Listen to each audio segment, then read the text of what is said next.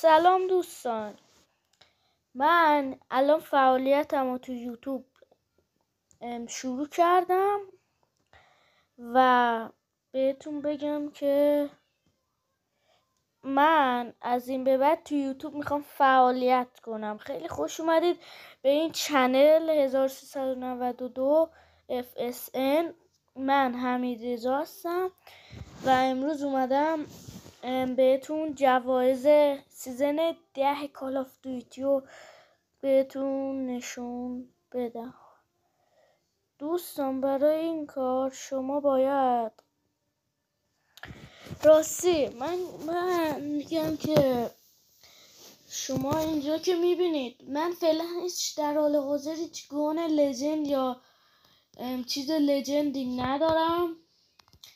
اگه 5 نفر این ویدیو رو لایک کنن، 5 نفر اگه این ویدیو رو لایک کنن، من میرم 15,000 تا سیپی شارژ میکنم و گردونه زودیاکو فول میکنم. دوستان از سریعتر به 5,000 تا راستی بهتون گفته بودم که اگه من میخوام به 5 نفر از بچه ها بتل پس بدم. خب اگر بین کسایی که لایک میکنم ویدیو رو من خودم پیام میدم بهشون و بتل پس رو بهشون تقدیم میکنم. بریم سراغ این ویدیوی خفن. خب دوستان همینجوری که دیدید بریم سراغ این ویدیوی خفن. Let's go.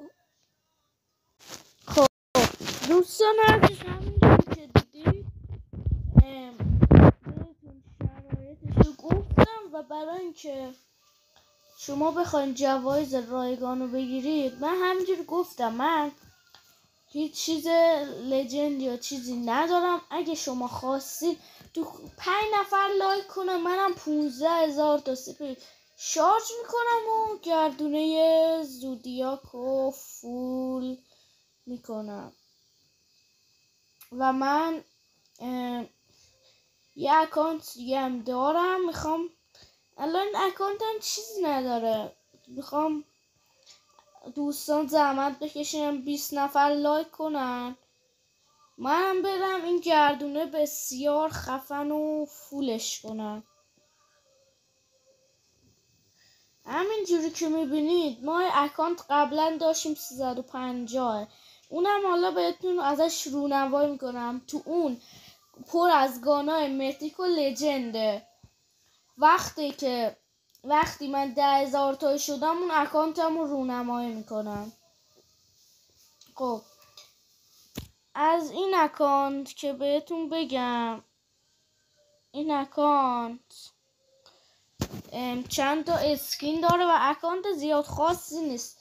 این تقریبا اکانتیه که من توش دارم جدید میکنم. اکانت قبلی فعالیتام توش خیلی زیاد بود، گفتم بذاری اکانت جدید بسازم. اون اکانتم من به زودی میخوام بهتون نشون بدم. عضو لایک کامنت فراموش نشه. بریم سراغ آموزش. خب دوستان شما برای اینکه بگیرین بخش برگردونار نه اینجا رو میزنید. خب یه دونه جوایز که تو ایونت هاست میده.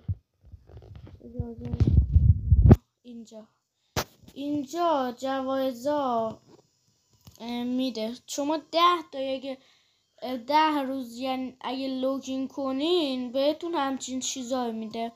اینا هم که واسه گردونه زودیاکه. خب بعدش هم یه بخش دیگه است اینجا، همینجور که میبینین اینو میزنین. من اینا رو دریافت کردم. اگه شما حتما دریافت نکردین دریافت کنین. 500 تاست.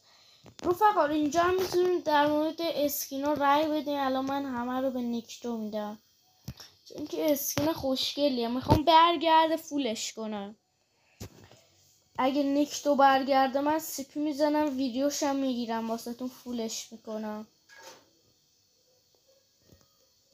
خب این بود از آموزش. لایک کامنت فراموش نشه تا یه ویدیو دیگه. خدا نگهدار.